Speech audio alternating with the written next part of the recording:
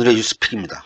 오늘은 골치 아픈 얘기 말고 훈훈한 얘기를 할까 합니다. 여러분들이 좋아하시는 문재인 전 대통령이 책방을 연다고 합니다. 아침에 이 소식을 듣고 깜짝 놀랐습니다. 저도 나중에 꼭 평산마을 책방에 가봐야겠습니다. 문재인 대통령이 퇴임 뒤 머물고 있는 경남 양산 평산마을에 2월에서 3월 사이에 동네 책방을 연다고 밝혔습니다. 잘 아시다시피 책을 좋아하고 책에 진심인 분이잖아요. 기회가 닿을 때마다 책을 추천하기도 했는데 이제는 직접 책방을 열고 책방지기를 한다고 하니 기대를 할 수밖에 없습니다. 김원호 한기사 대표가 문재인 대통령을 진행한 인터뷰를 한겨레 신문이 보도하면서 문재인 대통령이 책방을 연다는 게 알려졌습니다. 김 대표가 평산마을에 책방을 준비한다는 말씀을 듣고 놀랐습니다 라고 묻자 자세한 설명을 합니다. 책방을 열면 저도 책방 일을 하고 책을 권하고 같이 책 읽기도 하려고 합니다. 홈페이지를 통해서 책방의 일상 모습을 올릴 수도 있을 것 같고요. 저는 책방의 운영자로 어떻게 하면 책으로 초대하느냐를 연구하고 있습니다.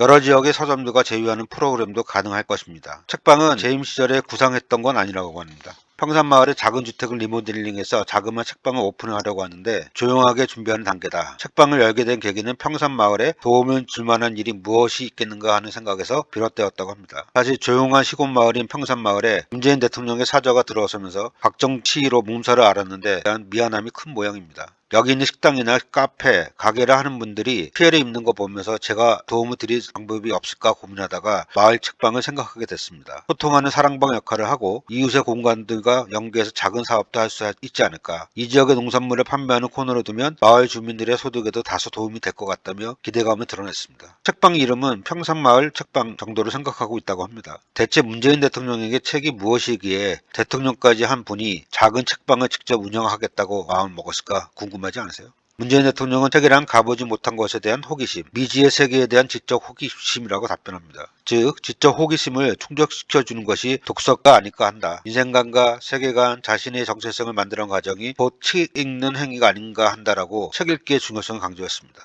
돌아가신 리영희 선생의 전환시대의 논리를 읽고 깊은 충격을 받았고 인생에서 가장 큰 영향을 미친 한 권의 책이라고 합니다. 현재는 부담없는 책 읽기를 하고 있다. 읽은 책들 가운데 일부 추천도 하고 있고 재임 중에는 아무래도 일과 연계되어 좋아하는 소설 같은 거는 잘 못 읽었는데 이제는 그렇지 않다. 저의 책 추천이 어려움을 겪고 있는 출판가에 도움이 된다니 매우 기쁩니다. 제가 오래전부터 책을 추천해온 이유이고 목적입니다. 제 추천은 독자가 좋은 책을 만나는 하나의 계기일 뿐입니다. 이렇게 직접 트윗을 했었습니다. 책을 좋아하셨던 노무현 대통령이 생각납니다. 모쪼록 책에 대한 진심인 문재인 대통령의 책방이 꼭 선곡해 우리나라 민주시민들에게 좋은 영향을 끼쳤으면 좋겠습니다.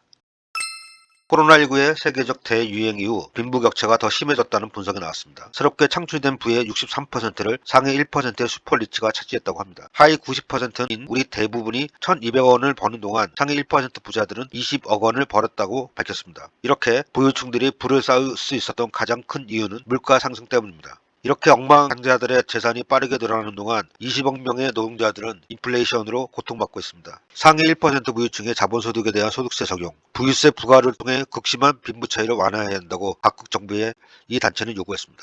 정부가 대기업 집단의 의무 공시 기준을 대폭 완화합니다. 대기업 집단의 내부 거래 공시 기준액을 현재 갑절인 100억 원으로 높이고 공시 의무를 위반해도 30일 안에 고치면 과태료를 깎아주기로 했습니다. 시장 감시 기능이 약해져 재벌 그룹의 일감 몰아주기와 총수 일가의 사익 편취 행태를 부추길 수 있다는 비판이 당연히 나오죠. 공정거래위원회에 따르면 재벌의 전체 내부 거래 약 2만 건 중에 무려 25%인 5천 건 정도는 공시 의무가 없어질 것으로 예측을 하고 있습니다. 그런데 이 소식을 들으니 얼마 전 노동조합의 회계 투명성을 높이라는 윤석열 대통령의 지시가 눈에 밟히더군요. 검찰이 이재명 더불어민주당 대표에게 검찰에 출석해 조사를 받으라고 통보했습니다. 이와 관련 박성준 민주당 대변인은 설 밥상의 윤석열 정부의 국정 실패와 무능 대신 야당 대표를 향한 조작 수사를 올리라는 검찰의 언론 플레이에 유감을 표한다. 윤석열 정치검찰의 조폭식 정치 수사에 신물이 날 지경이라고 비판했습니다. 이 대표는 혐의를 전면 부인하고 있죠. 단 1원의 사적 이익도 취하지 않았고 하늘을 우러러 한 점 부끄러움이 없다고 밝혔었습니다. 해외 순방 중인 윤석열 대통령의 말이 또 구설에 올랐습니다. 아랍에미리트 연합에 파병된 아크 부대 장병들을 만난 자리에서 형제국의 안보는 바로 우리의 안보. 아랍에미리트 연합의 가장 위협적인 국가는 이란이고 우리 적은 북한.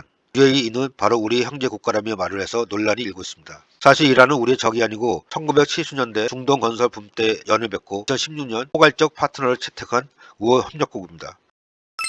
12구 이태원 참사와 관련해 셀프 수사의 한계를 여실히 드러냈던 경찰 수사에 이어 국회 국정조사도 여당이 국민의힘 의원들의 퇴장 속에 마무리됐습니다. 야당인 더불어민주당은 이태원 참사의 진상규명은 끝나지 않았다고 밝혔습니다. 유가족들도 진상을 규명할 독립적인 진상조사위원회 구성을 요구하고 있습니다. 언론들도 일제히 국정조사가 끝났음을 알렸으나 조중동 등 보수 언론들은 거의 눈에 띄지 않을 만큼만 이태원 참사 국정조사 관련 소식을 보도했습니다. 조선일보는 달랑 기사 한 건만 썼습니다. 검색어를 이태원 국정조사 참사로 해서 검색한 결과를 보면 얼마나 조선일보가 이태원 참사에 대해 무관심한지 알 수 있습니다.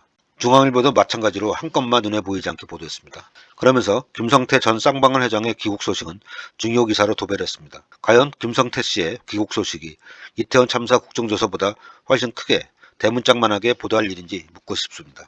이태원 참사 국정조사 특별위원회가 국정조사 마지막 날인 17일 결과 보고서를 채택하고 이상민 행정안전부 장관, 한호섭 대통령실 국정상황실장 등 위증한 증인들을 고발하기로 했습니다. 특위는 유정명단을 확보하지 않았다. 참사 현장 영상을 보면서 국정상황실에서 대응했다. 소방 쪽으로부터 구체적인 부상 상황과 규모를 보고받지 못했다. 용산 경찰서로부터 경비기동대 투입을 요청받지 않았다. 이런 증언들을 위증이라고 판단했습니다. 국민의힘은 윤석열 대통령의 사과와 이 장관 고발 등 보고서 내용에 동의할 수 없다며 집단 퇴장했고 더불어민주당, 정의당, 기본소득당 등 약 3당이 양권을 의결했습니다. 특별검사 수사 등을 통해 경찰청장이나 행정안전부 장관에게 참사 책임을 지어야 한다는 내용도 포함됐습니다. 또 대통령실 용산 이전에 따른 경호 경비인력 과소 배치, 참사 당일 마약범죄 단속 계획에 따른 질서유지 업무 소홀 등이 참사 원인으로 지목됐습니다. 특히 집권여당인 국민의힘은 이상민 행정안전부 장관 지키기에 몰두해 국회를 찾은 유가족들을 다시금 눈물짓게 했습니다.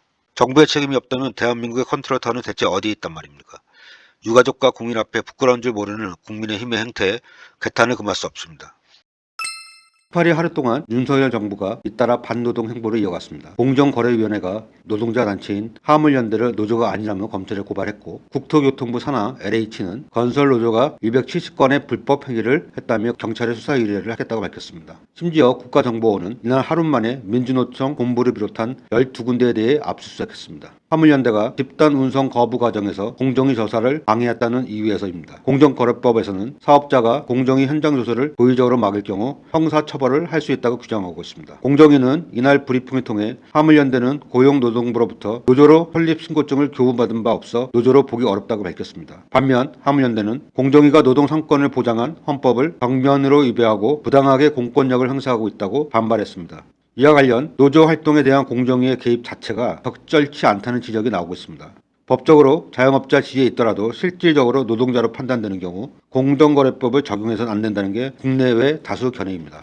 화물연대도 대법원 판례에 따라 사실관계는 분명하다. 화물 노동자는 노동 3권의 주체가 되는 노동자이고 화물연대는 합법적으로 설립 신고된 산업별 노조인 전국 공공운수사회 서비스노조 산하 조직이다. 즉 화물연대를 사업자 단체로 보고 공정위가 조사 방해죄로 고발한다는 것 자체가 성립되지 않는다. 공정위는 대기업의 갑질과 권력을 제어하라고 만든 공정거래법을 노동자 때려잡는 데 이용하는 기만을 보여주고 있다고 지적했습니다.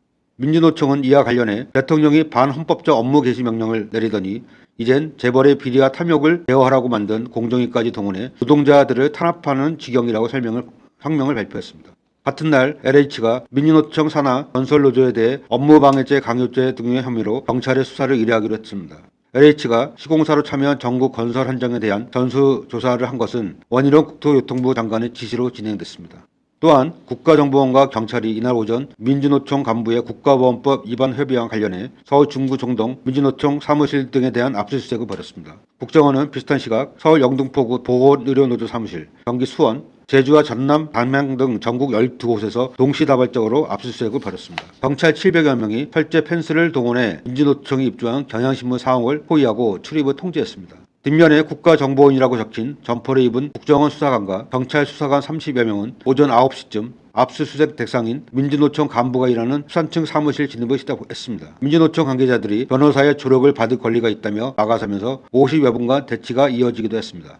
이번 압수수색은 국가보안법 위반 혐의 수사 대상에 오른 간부 개개인에 한정된 것이었습니다. 국정원과 경찰이 이날 서울 정동 민주노총 사무실과 서울 당산동 보건의료노조 사무실을 대대적으로 압수수색한 것처럼 보였지만 사실 압수수색은 수사 대상자의 사무실 책상과 캐비넷으로 한정됐던 것입니다. 민주노총은 또 이런 야만적 행태에 대해 강력히 규탄하며 노동조합과 민주노총을 음해하고 고립시키려는 윤석열 정권의 폭거에 맞서 강력한 투쟁에 돌입할 것이다 라고 밝혔습니다. 한국노총도 논평을 내어 노조를 부패 집단으로 매도하더니 공안 사건까지 터뜨려 노조를 빨갱이 집단으로 몰아가는 것이라며 윤석열 대통령의 아랍에미리트에 적은 이란이라는 발언을 덮으려 기획했거나 국정원이 대공수사권을 지키려 벌인 또는 아니길 바란다고 지적했습니다. 정의당도 범죄 혐의 수사에 대해서는 여러 단계의 방식이 있다. 더욱이 압수수색 대상이 특정 개인이고 그 장소가 노동자들의 자주적 대표 조직인 노총임을 감안할 때 사전 혐의 등도 없이 곧바로 체포작전을 하듯이 대대적인 공권력을 투입한 것은 과도한 공권남용이다. 매우 유감스럽다고 입장을 내놨습니다.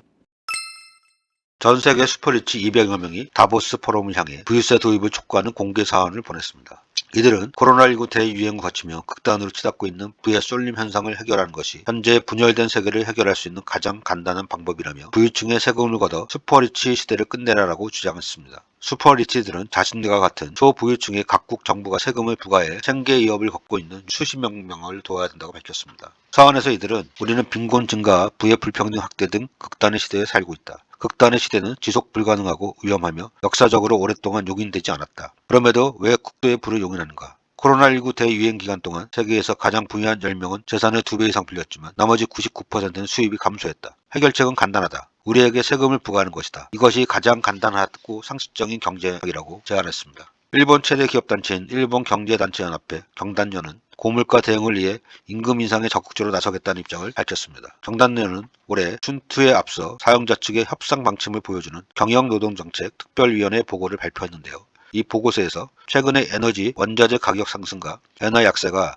노동자들의 생활에 미치는 영향이 우려된다. 임금 인상에 적극적으로 대응하는 것이 기업의 사회적 책무라고 밝혔습니다. 이 단체는 기본급 인상도 선택사항이 될 수 있다고 밝혔고 이와 별도로 노동자들의 생활을 돕기 위해 인플레이션 수당을 지급하는 회사들도 늘고 있습니다. 경단련은 또 중소기업 임금 인상의 중요성과 함께 이를 위한 대기업들의 협력을 강조했습니다. 중소기업들의 거래 조건을 개선하고 이들의 임금 인상 동력이 되는 납품 단가를 합리적으로 결정하도록 대기업들의 간섭을 촉구한 겁니다. 이에 앞서 기시다 후미오 총리는 신년 기자회견에서 임금 상승을 핵심적 과제로 꼽았으며 기업에도 임금 인상을 위해 노력해 줄 것을 주문했었습니다. 반면 우리나라에서는 부자들에 대한 감세와 정부의 반노동 행보가 잇따르고 있어 대비됩니다. 기획재정부가 세법 시행령 개정안을 발표했습니다. 이번 세법 시행령 개정안에 따라 내년부터 법인세 세수가 연간 2,500억 원씩 추가로 줄어듭니다. 이는 지난해 말 국회를 통과한 세법 개정 및 올해 초 발표한 반도체 세제 지원 확대 방안에 따른 법인세 감세가는 별개입니다. 반면 일반인의 경우 세금 부담이 오히려 커집니다.